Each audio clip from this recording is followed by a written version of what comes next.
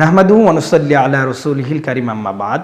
সম্মানিত প্রিয় দর্শক মণ্ডলী, আজকে আমরা ছোট্ট একটি বিষয় নিয়ে আলোচনা করব, আর তা হচ্ছে জুমআর খুতবা চলাকালীন সময়ে তাহিয়াতুল মসজিদ এবং সুন্নত নামাজ, নফল নামাজ পড়া যাবে কিনা এ বিষয়টি নিয়ে। প্রিয় দর্শক, সমাজের মধ্যে দেখা যায় অনেক ভাই ইমাম সাহেব যখন জুমার খুতবা পেশ করেন তখন মসজিদে প্রবেশ করেই 2 রাকাত তাহিয়াতুল মসজিদ নামাজ আদায় করে। তাহিয়াতুল মসজিদ অত্যন্ত ফজিলতপূর্ণ একটি আমল। রাসূল করিম সাল্লাল্লাহু আলাইহি ওয়াসাল্লাম হাদিসের মধ্যে তাহিয়াতুল মসজিদ পড়ার জন্য অনেক তাকিদ দিয়েছেন। তবে তাহিয়াতুল মসজিদ খুতবা চলাকালীন সময়ে পড়া যাবে না। যে সমস্ত ভাইরা তাহিয়াতুল মসজিদ খুতবা চলাকালীন সময়ে পড়েন তারা দলিল পেশ করেন। যে হাদিসটি বর্ণিত আছে বুখারী শরীফের 444 নম্বর হাদিসের মধ্যে, যে রাসূল করিম সাল্লাল্লাহু আলাইহি ওয়াসাল্লাম বলেন, যখন তোমাদের মধ্যে কেউ মসজিদে প্রবেশ করবে সেজন্য 2 রাকাত নামাজ পড়েই বসে।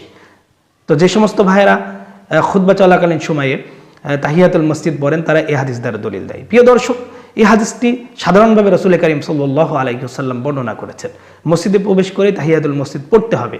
তবে খুতবা চলাকালীন সময়ে হাদিসটি প্রযোজ্য নয়, কারণ রাসূল করিম সাল্লাল্লাহু আলাইহি ওয়াসাল্লাম অন্য জায়গায় হাদিস দ্বারা স্পষ্ট করে দিয়েছেন খুতবা চলাকালীন সময়ে তাহিয়াতুল মসজিদ পড়া যাবে না, খুতবা শোনা জরুরি।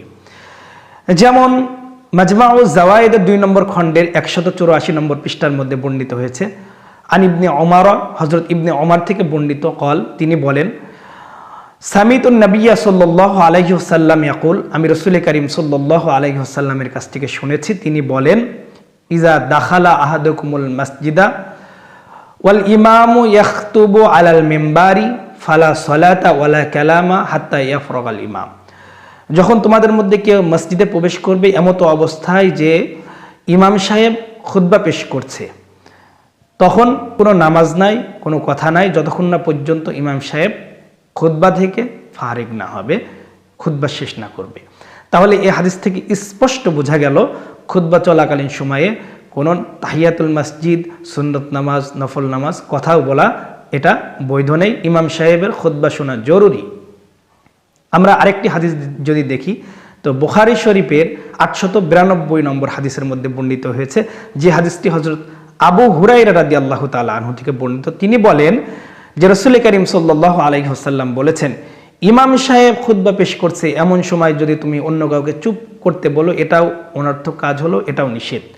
তাহলে খুতবা চলাকালীন সময়ে অন্যকে চুপ করতেও নিষেধ করা হচ্ছে, এতটুকু কথা বলতেও নিষেধ, তাহলে ওই সময় অন্য নামাজ পড়াও নিষেধ কেন হবে না? রাসূল করিম সাল্লাল্লাহু আলাইহি ওয়াসাল্লাম এটা নিষেধ করেছেন। প্রিয় দর্শক, তাছাড়া আমরা কোরআনুল কারীমের সূরা আরাফের 204 নম্বর আয়াতের মধ্যে দেখতে পাই, যেখানে আল্লাহ রাব্বুল আলামিন বলেছেন, ওয়াইযা কুরিআল কুরআনু ফাসতামিউ লাহু ওয়া আনসিতু লাআল্লাকুম তুরহামুন। যখন তোমাদের সম্মুখে কোরআন পাঠ করা হয় তখন তোমরা সেটি চুপ করে শ্রবণ করো, যাতে করে তোমরা রহমত প্রাপ্ত হতে পারো।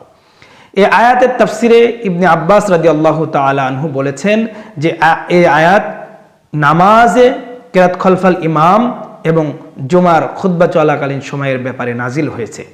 যে বিষয়টি ইবনে তাইমিয়া রাহমাতুল্লাহ আলাইহি তার মাজমাউ ইবনে তাইমিয়ার মধ্যে উল্লেখ করেছেন, যে তিনি আরো বলেন, আহমদ ইবনে হাম্বল রাহমাতুল্লাহ আলাইহি এই বিষয় নিয়ে উল্লেখ করেছেন যে এই বিষয়ের উপরে সকলে ঐকমত পোষণ করেছে যে এটি নামাজের ক্ষেত্রে, এবং কেউ কেউ বলেছে এটি জুমার খুতবার ক্ষেত্রে প্রযোজ্য।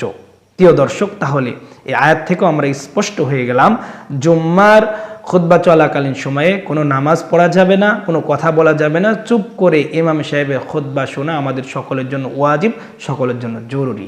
আল্লাহ রাব্বুল আলামিন আমাদের সকলকে সঠিক বুঝদান করুন। আসসালামু আলাইকুম ওয়া রাহমাতুল্লাহি ওয়া বারাকাতুহু।